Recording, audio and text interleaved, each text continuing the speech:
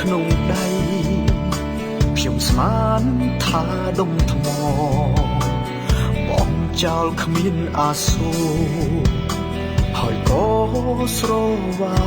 ថ្មីចិត្តដាច់គឺជាបងមើលរំលងចិត្តស្មោះស្រីតែពេលក្បែរអ្នកថ្មី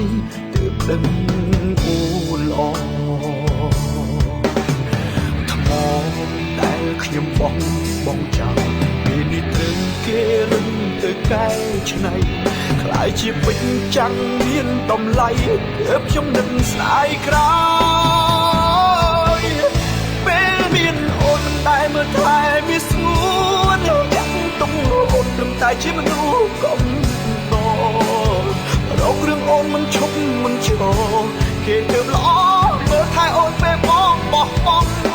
មនុស្សអាក្រក់ជាងគេលើលោកគឺបង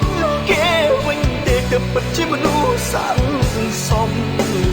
បានរូបអូនទៅតាំងទៅថ្នមឯបងបានត្រឹមនៅក្នុងដៃ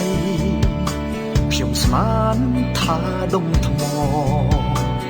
បងចោលគ្មានអាសូរហើយក៏ស្រវាថ្មីចិត្តដាច់គឺជាបងមើលរំលងចិត្តស្មោះស្រីតែពេលក្បែរអ្នកថ្មីទើបដឹងអូនល្អថ្ម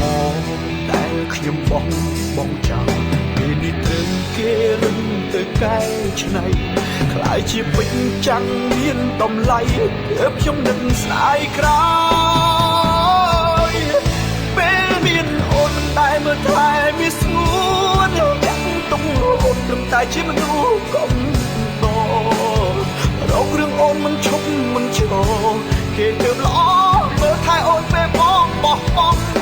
មនុស្សអាក្រក់ជាងគេលើលោកគឺប